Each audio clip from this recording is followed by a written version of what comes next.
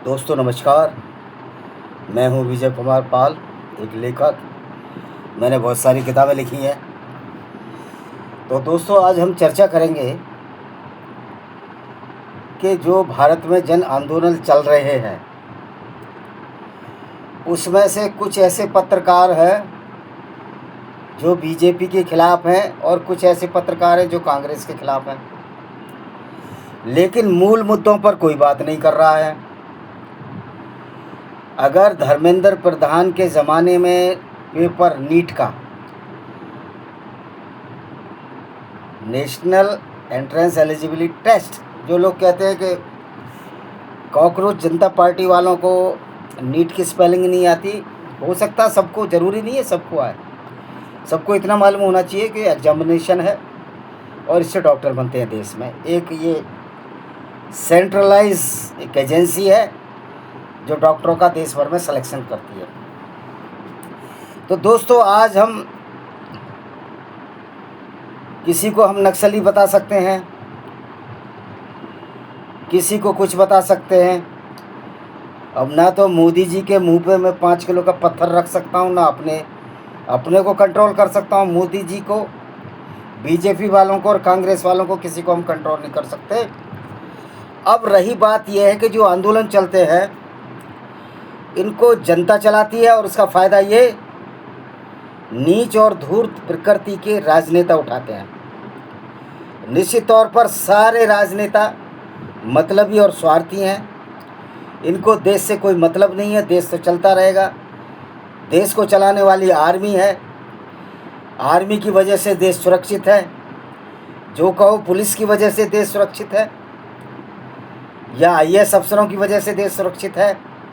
तो पुलिस के लिए तो एक टिप्पणी की थी जस्टिस आनंद नारायण मुल्ला जी ने, जो इलाहाबाद के चीफ जस्टिस थे, कि पुलिस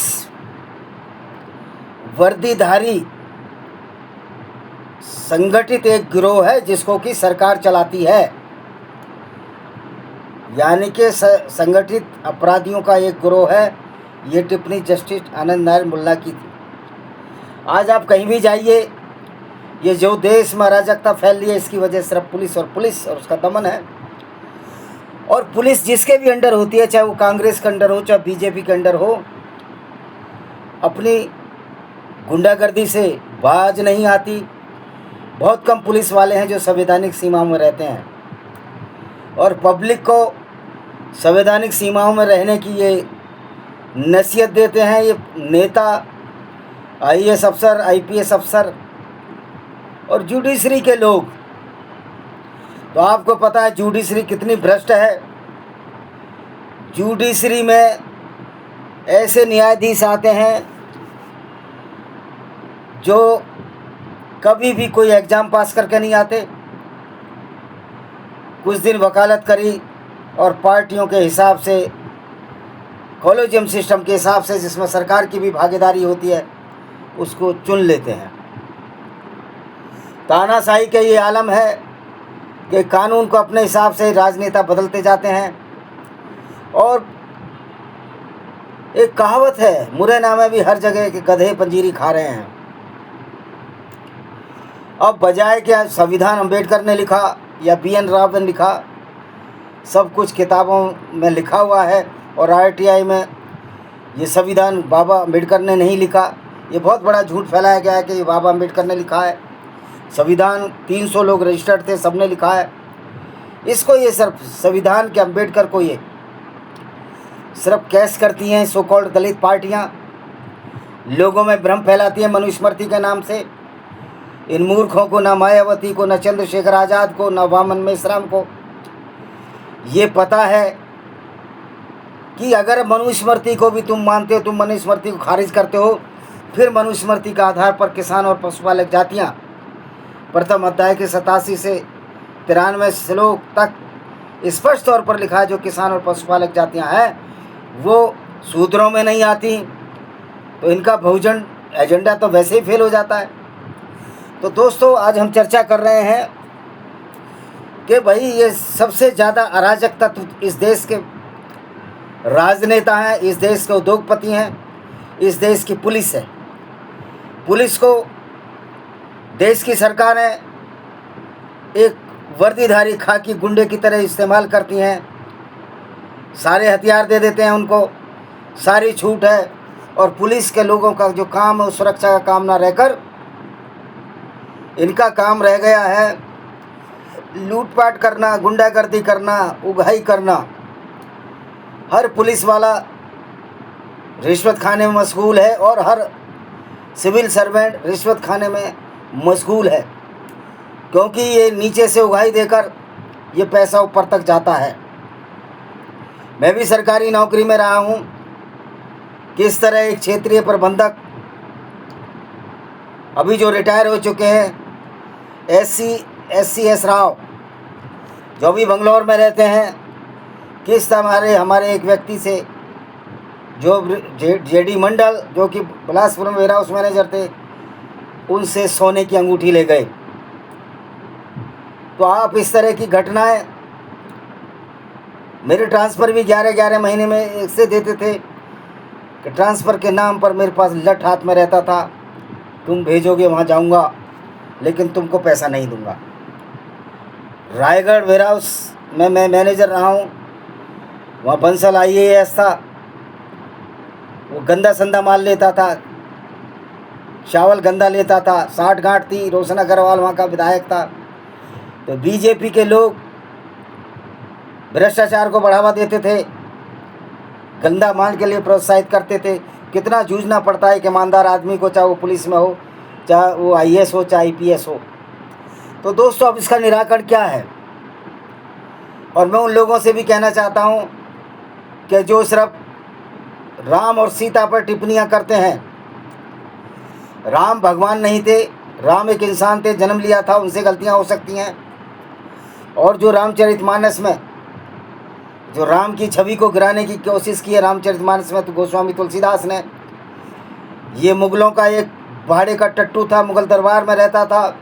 अब इस पर भी आंदोलन निकलने दो, क्योंकि जब जातिवाद की बात आती है, जब इस पर आंदोलन लोग निकालेंगे तो उनको हम समझ लेना चाहिए कि अगर जातिवाद पर भी रहोगे तो भी आप मार खाओगे, क्योंकि कोई भी लॉजिकल आदमी वो दयानंद सरस्वती को मानेगा, मूर्ख रामचरितमानस के रचयिता तुलसीदास को नहीं मानेगा। तो इन्होंने ऐसी ऐसी बातें लिख दी, शंभूक वध और सीता की अग्नि परीक्षा। तो इससे साफ दर्शाता है कि भगवान राम नहीं एक महापुरुष हो सकते हैं, आदर्शवादी हो सकते हैं, लेकिन वो लोग जो नारे लगाते हैं, भारत तेरे टुकड़े होंगे इंशाअल्लाह इंशाअल्लाह, मैं मुस्लिमों को बताना चाहता हूँ कि आप अपने पैगंबर की कथाएं पढ़िए, किस तरह पैगंबर पूरी ज़िंदगी काफ़िले लूटता रहा, किस तरह गैर मुस्लिम औरतों को लूट कर उनके साथ बलात्कार करता और करवाता रहा। सफिया बिन हुय्या के साथ भी मोहम्मद ने बलात्कार कराए, खुद किया, उसके पिता और पति को मारा। उसके पति का नाम किनाना अल अराबी था, और ये 3 रात तक ये रंगरैलियाँ मनाता रहा खैबर के दर्रे में।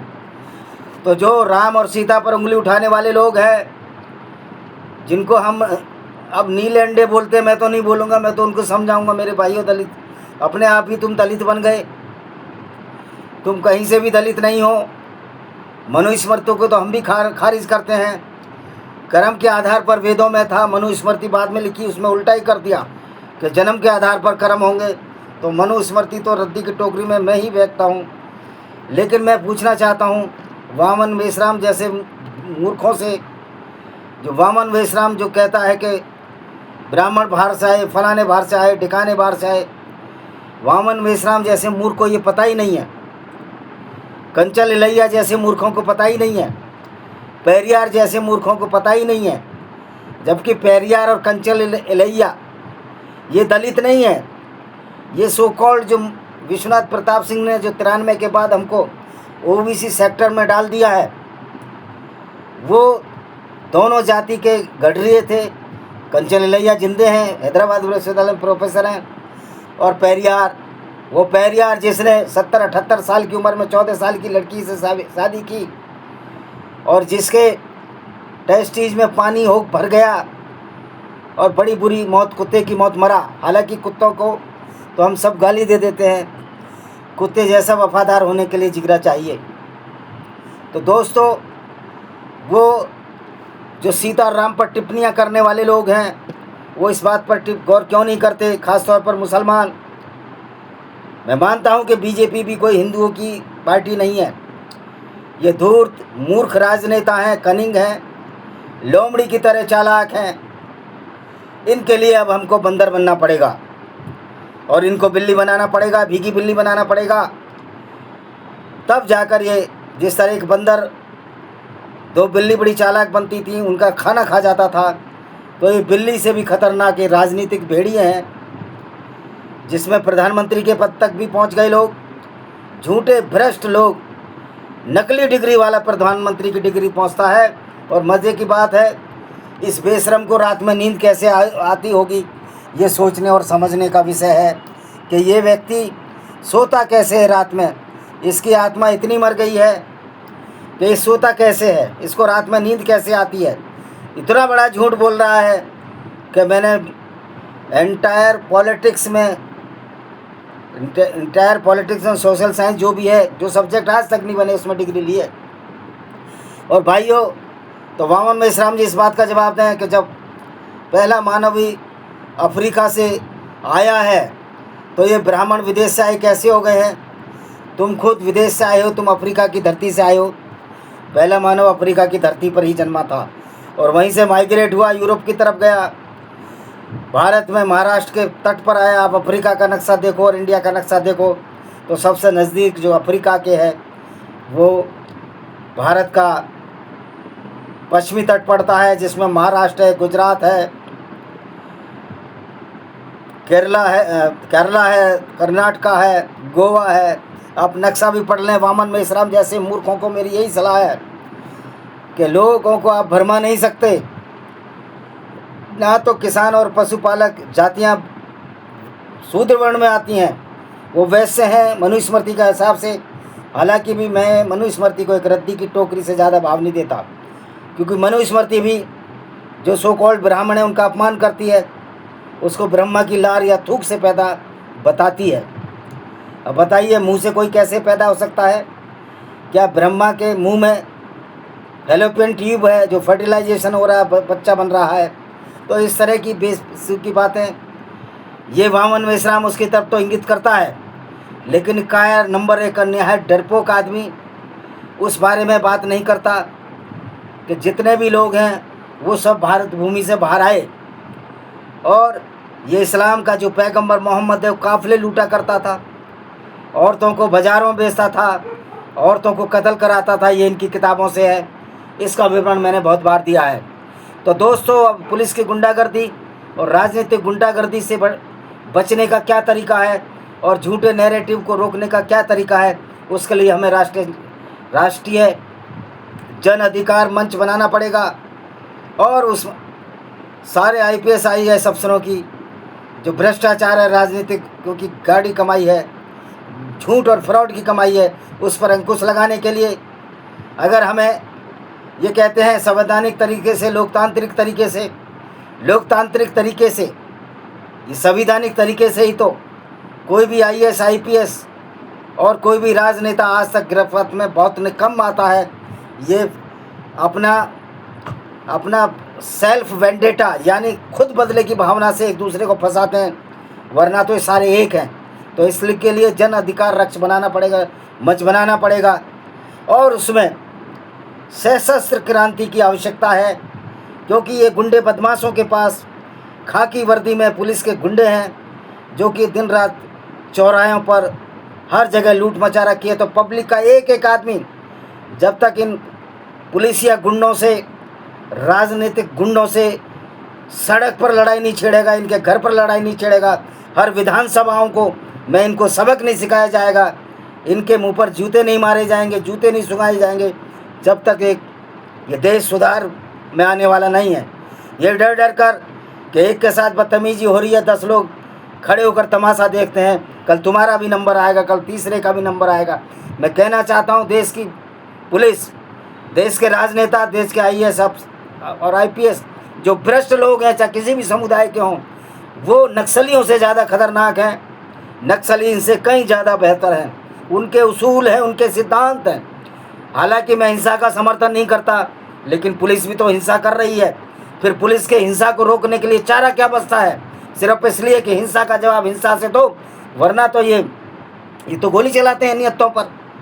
और मैं तो ये आग्रह करूँगा, आप जब भी जुलूस में जाओ तो कम से कम बड़े बड़े डंडे लेकर जाओ।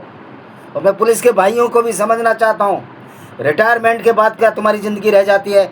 और जो भी भ्रष्ट IPS IAS अफसर होगा, ये खुला हमारा चैलेंज है, रिटायरमेंट के बाद उसको हम इस तरह से निपटेंगे कि उसकी सातें पुश्तें कह जाएंगी कि कभी भी नौकरी में जाओ, ईमानदारी से नौकरी करना, बदमाशी मत करना, तुम्हारे भी बाल बच्चे हैं, तुम सारे पुलिस में नहीं हो, ये आपको सोचना चाहिए। और इसलिए लोकतंत्र की और जनतंत्र की भावना का सम्मान करते हुए रिश्वतखोरी से दूर रहो, वरना वो दिन दूर नहीं, तुमको खदेड़ खदेड़ कर इस तरह मारा जाएगा भ्रष्ट लोगों को, चाहे वो किसी भी समुदाय को हो, चाहे व्यापारी वर्ग हो, चाहे कोई भी वर्ग हो, कि तुम्हारी 7 पुश्तें ये प्रण करेंगी कि अब हम बेईमानी नहीं करेंगे। आप जैसे नीच लोग, भ्रष्ट लोगों की वजह से भारत कभी महान नहीं बना है। तो इसी के साथ हम इस वीडियो को विराम देते हैं। वंदे मातरम, जय हिंद, आपका दिन शुभ हो।